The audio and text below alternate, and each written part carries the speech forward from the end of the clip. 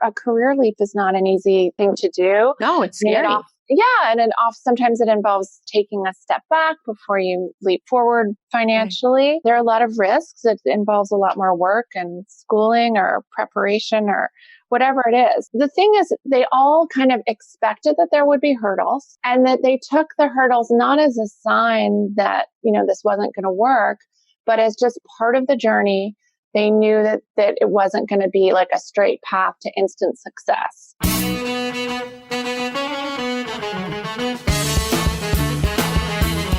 Welcome to the TalentGrow Show, where you can get actionable, results-oriented insight and advice on how to take your leadership, communication, and people skills to the next level and become the kind of leader people want to follow. And now, your host and leadership development strategist, Halelly Azulay. Hey there, talent growers. Welcome back to another episode of the TalentGrow Show. I'm Halelly Azulay, your leadership development strategist here at TalentGrow. And this episode is here to inspire you to think big and to evaluate or maybe reevaluate where you are in your career journey. Most of the time, this show focuses on leading others, but leading self is just as important, and it's the first job of a leader, actually. And in that way, you are also responsible for making sure that you're on the right track in your career. This is a theme that's come up so much as it is in recent episodes, so it makes perfect sense that in this particular episode, we focus on how you could create a transformation in your career. And the guest on this episode, Sara Bliss, wrote a book that details multiple stories of such transformations. She shares some of them with us on this show. And also, what are some of the themes that have emerged from all of those interviews she did with people who created major transformations in their careers? So I hope you find this inspiring and educational. And of course, let me know afterwards what you thought. Without further ado, let's dig in.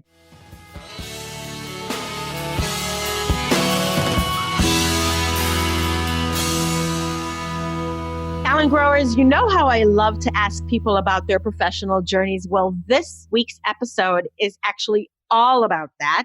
We have Sara Bliss. She's a freelance writer and New York Times bestselling author who writes profiles on the topics of business, health, beauty, design, and travel. Sara is co-author and author of 10 books, including Hotel Chic at Home, Pretty Powerful, and Beauty from the Inside Out. A former senior writer for Yahoo, Sara's articles have appeared in the Wall Street Journal, Town & Country, and Refinery. And her latest book, Take the Leap, is going to be the topic of our conversation today. Sara, welcome to the TalentGrow Show. I'm so psyched to be here. Thank you so much. I'm excited that you're here as well. I really look forward to our conversation, but I always ask my guests to describe their professional journey first. Very briefly, where did you start and how did you end up where you are today?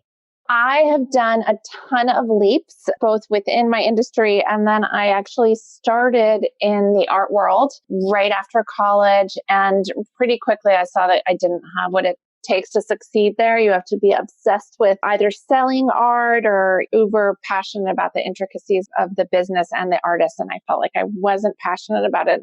Every second of my free time, I was writing. So I took a class at night at NYU called Writing for Magazines, and I switched into the world of magazines where I thought I would stay forever. And then the industry really has shrunk dramatically since I started. It's just a totally different business. And after 2008, I had to really reinvent myself in order to stay afloat. And so I started a lot of branding work in addition to my editorial work. So working for brands and marketing and PR and branded editorial and ghostwriting for high profile people. And so I really have two jobs. And then within that, I've leapt a ton of times in terms of the topics I cover on the editorial side. I worked at Yahoo as the senior beauty writer, and I started at House Beautiful in design. And I've really been all over the map. I've written celebrity profiles. I've kind of done it all. I really just hustled to stay a working writer.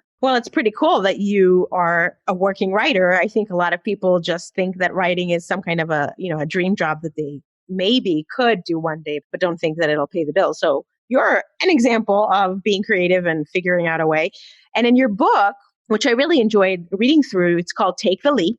And it's a lot of short profiles of people, like over 65 people, that you describe a variety of career transformation stories. Each one of them takes a leap. You were calling it being a leaper or leaping. So they move from one career to another, a hairdresser to firefighter you had in there, an attorney to surf instructor. So you say that your goal of the book is to inspire readers to go for the career that they've always wanted. But I was wondering, what inspired you to write this book? Well, so many people are unhappy in their jobs, and I really wrote this book for them. I think especially as you kind of get towards or in midlife and you suddenly have this feeling that time is running out and maybe you're not happy where you are, or you want something else. You want to make more money. You want to have more independence. You want more power. You want to create something. You want ownership. Whatever it is that's driving you, this is really the time. And what was happening for me is I have been interviewing some of the most fascinating people for over 20 years. And I realized early on that so many of the people that are really, really successful, they didn't necessarily have the dream from a young age, which I think is the idea that we have about success, that it's, it's this linear path. But so many of them had wildly different careers and lots of failures and many leaps and detours before they got to where they wanted to be. And I just thought that was really inspiring. And I found myself listening to friends telling me how unhappy they were in their careers and telling these stories and saying, well, you know what? I know someone who went from stay-at-home mom, or, I just read about this woman who went from stay-at-home mom to CEO or, startup queen, or, I know someone who left their miserable corporate job and now is running a winery out in Napa. And I just started making a running list of these stories for my friends and also for myself, because I wasn't thrilled about what was happening with my job. Because sometimes with these leaps, for a lot of people, they have to leap. Their industry is shifting as mine did with magazines. It was inspiration for myself and for other people. And I knew that the stories needed to be told. I agree that there are so many people that allow themselves to stay stuck, to feel miserable and almost like just, deal with it. This is what being an adult is all about, or right. This is what life is. So let go of those dreams about being happy in your work, which is, it's right. really sad.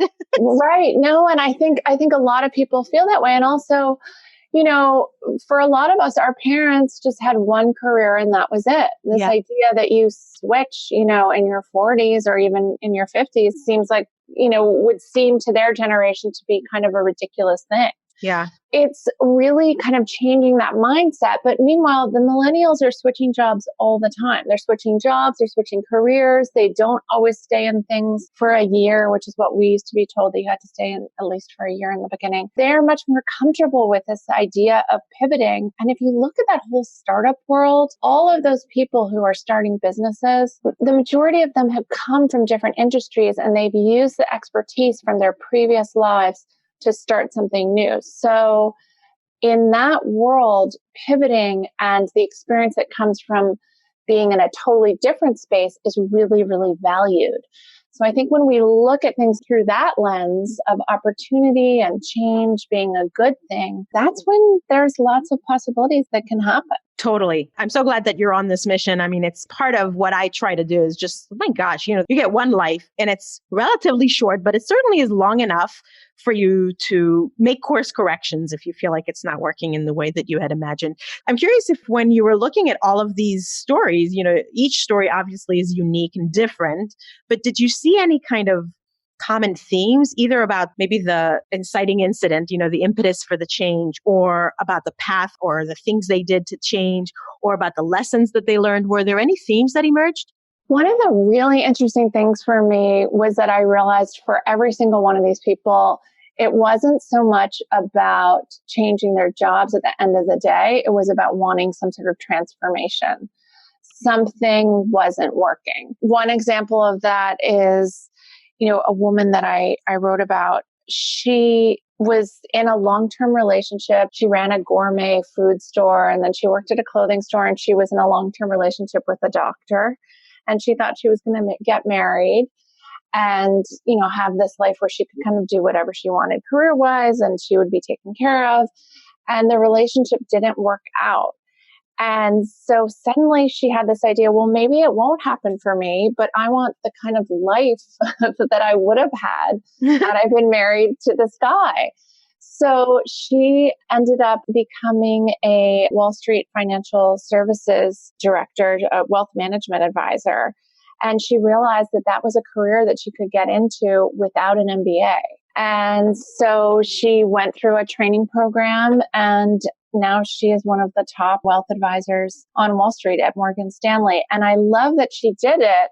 It was about so much more than the job for her. It was about this whole life that she wanted and having that real independence as a woman. So again, so many of the stories are about transformation and about wanting something deeper. The stories were not superficial at all. I got really, really into why people were making these changes and how their lives really changed as a result. So transformation beyond just the job, like it changes your whole life, I would imagine, too. A lot of these kinds of shifts that you describe, like who's the person who became a farmer? What were they doing before? Oh, he's a really interesting guy. He was a Arabic teacher. He was one of the few non-Arabic teachers at the university level, and he had been done training in the army, and he just had this talent for languages. And he was getting his PhD and decided to raise chickens with his wife, kind of on the side as, just something fun as a hobby to do before he started his PhD program. And he just loved that life. He loved working with his hands. He loved the connection with the community. And they have found a way to make that work. And now they have a farm where they raise chickens and pigs, and then they have some fruits and vegetables, and it's called Name Moon's Farm. And they've done really, really well, and they're really happy. And, he said, I got to a level that people just didn't understand what I was doing. And he said, in a way, I didn't understand what I was doing immediately, but he just loved that community connection and feeling like he was doing something bigger than himself. And I think that's really, really moving. That is really moving and so cool.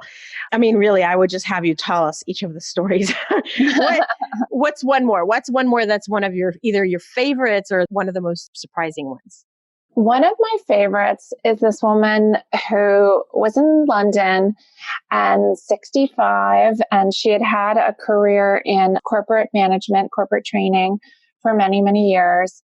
She ended up taking a year off to help her granddaughter who was sick, and everyone just thought she was going to go into retirement. And once her granddaughter got a little better, didn't need her as much, she was getting really bored, and she said, I can't spend the next 30 years watching TV. And so she realized there was a gap in the market for makeup for older women, that all of the makeup brands were marketing, their ads, even for, wrinkle creams or whatever, or is always with young models. So she started a business on YouTube using her friends as models, using herself as a model. And now she has this international beauty brand. And I love it. I love that she did that instead of retiring. That is such a creative idea. And it is really very different from either of the things that you were just describing she was doing before. And I love that she took advantage of, this whole new medium, which is, social media and YouTube. I mean, it was so ballsy of her. And she just realized, she tapped into it. She realized that this was an untapped market, and she's really succeeded. Fabulous. So one other thing that I liked about your book is that in addition to all of these little transformation stories, there's also advice from, you're calling them mentors. And you take really successful people like Shark Tank's Barbara Corcoran and beauty guru Bobby Brown, and you share mentoring advice from them on a variety of topics. So again, since we can't share your whole book, and we're going to link to it so people can read it on their own, what is one of your favorite mentor advice from the book? Everything that Barbara Corcoran says is brilliant. Honestly, I was like, I could have listened to her all day long.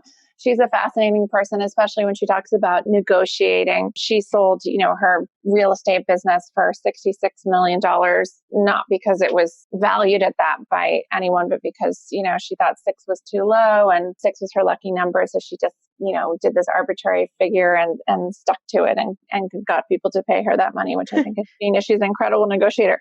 Yeah. But she talked about surrounding yourself with the right people, which I think is such great advice, especially if you're really have a big goal for yourself and a big goal for your career, is you want to be surrounding yourself with people who are also equally motivated, who have big dreams, who aren't the ones who are giving you all the reasons why your dream or your idea or your career move is not going to work. It's one thing to be realistic and see what the hurdles are, but it's another thing. There are a lot of people who constantly find a reason why things won't work. And if you surround yourself with those people, then you can kind of start not believing in yourself. And so I thought that that was a great piece of advice, to surround yourself with the right people, surround yourself with people that have huge, huge goals and big dreams. You're right. The people that are around you have such a big impact. I mean, I think it was like Jim Rohn or somebody who said that you become the average of the 5 people that you spend the most time with, or one of those self-help gurus said that. That's fascinating. I think that that's really, really true. And I think people can really bring you down. And the thing is, they don't mean to. I mean, it's often people that really love you.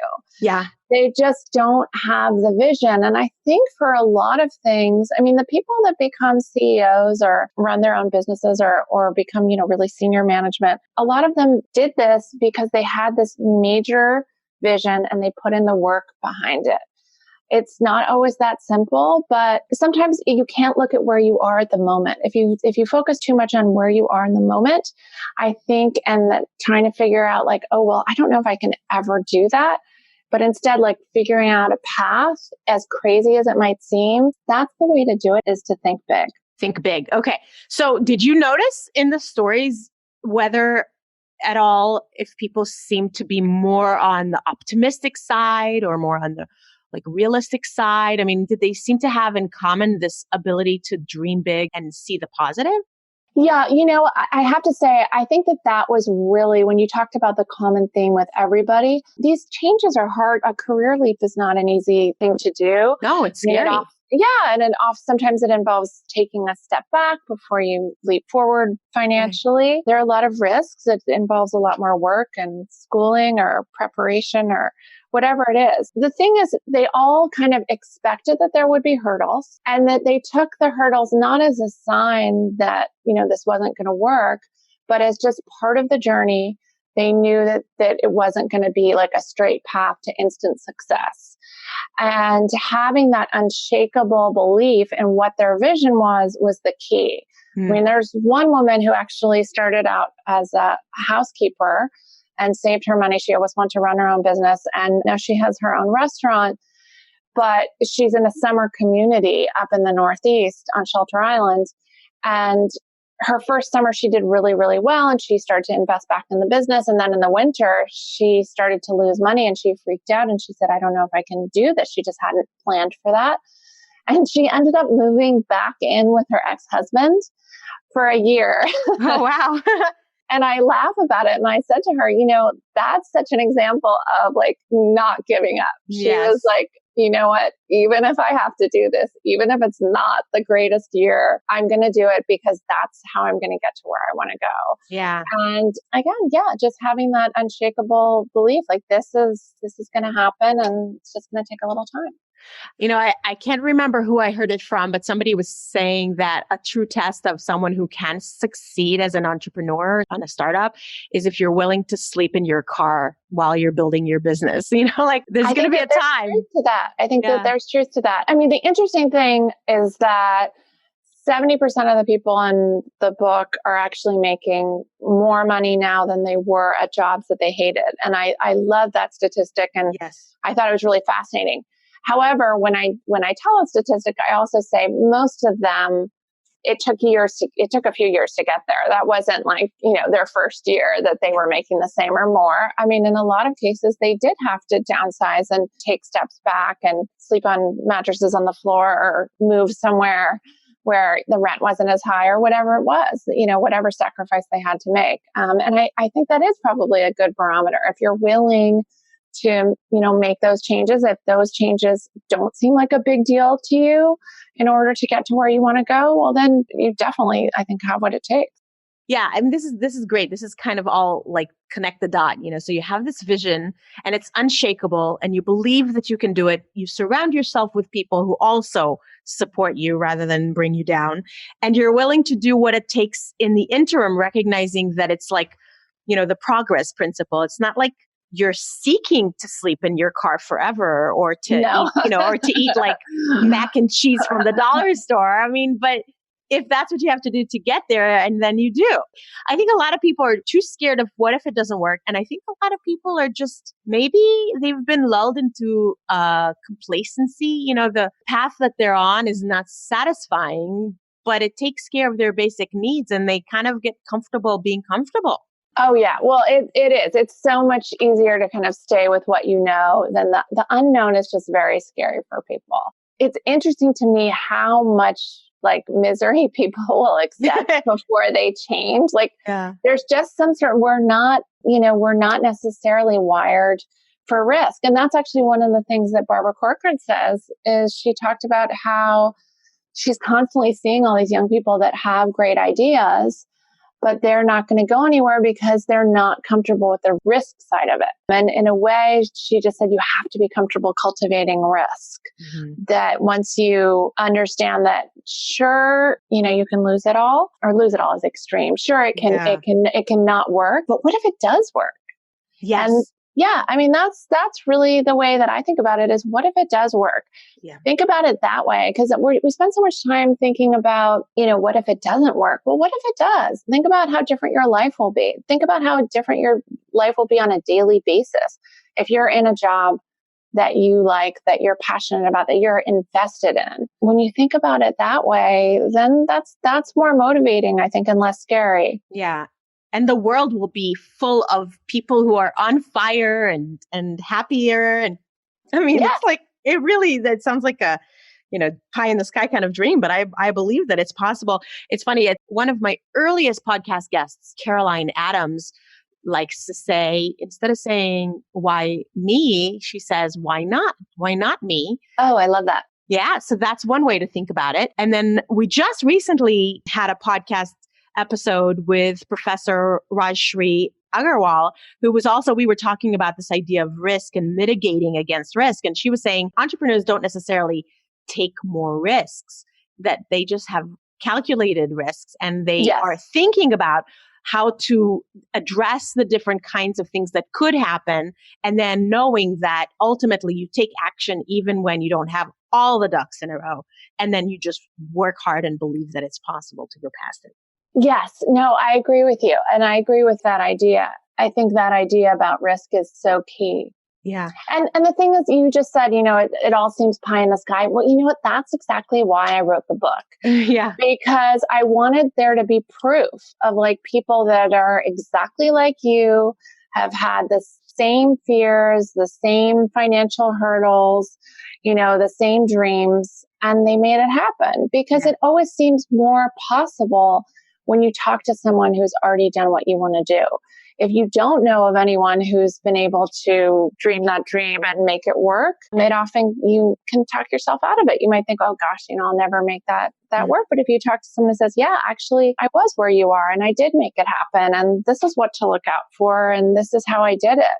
And each of the stories is really that person sharing that kind of story with you.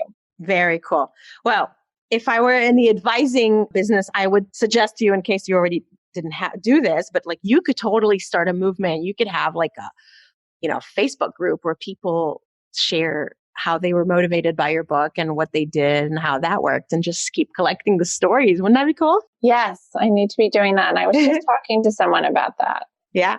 Yes. I think that would be like this weird, awesome compound effect of the whole thing growing. So this is fascinating. Thank you so much for stopping by so far. It's been interesting. And I know that people are going to want to connect with you. Before you give us one specific action, as we always end the show with that, what's new and exciting on your horizon? What kind of discoveries got your attention these days?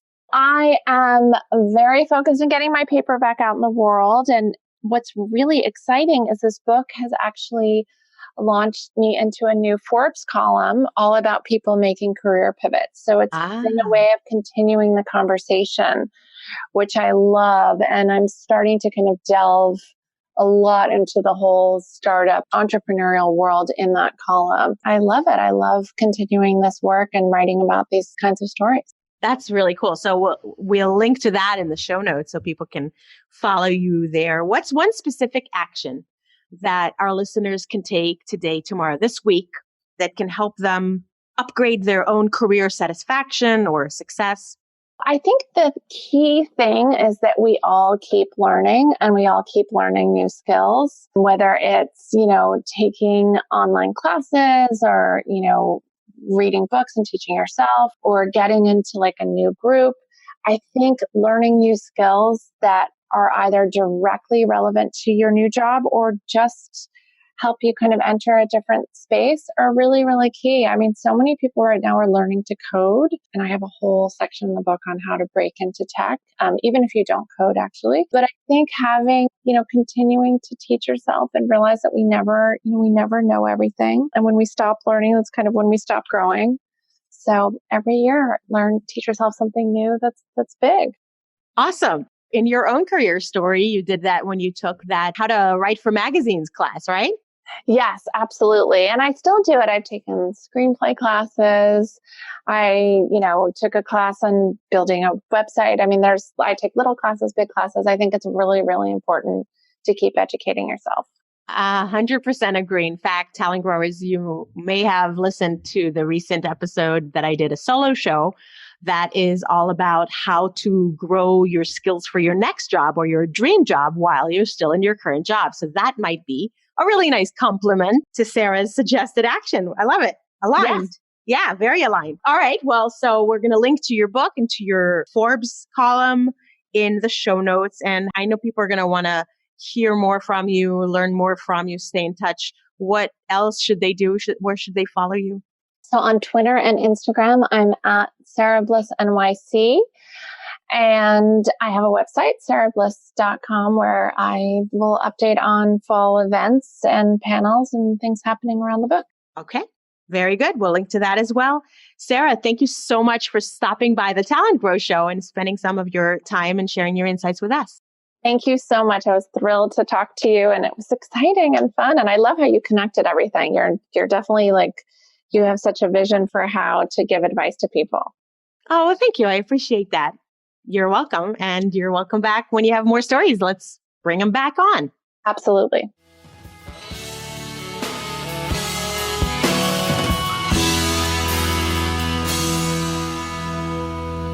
I really loved how Sarah's actionable advice at the end was completely aligned with what I have been sharing with you for all this time, and especially recently, on how you are ultimately responsible for your own development.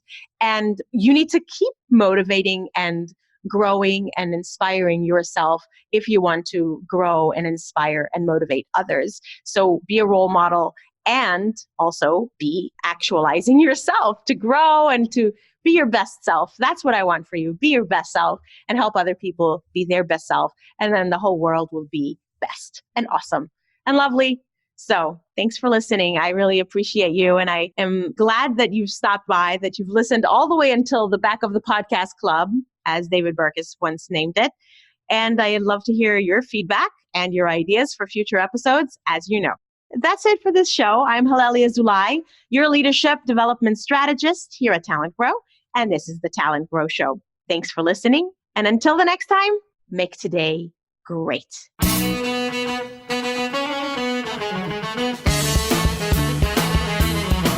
Thanks for listening to the Talent Grow Show, where we help you develop your talent to become the kind of leader that people want to follow. For more information, visit talentgrow.com.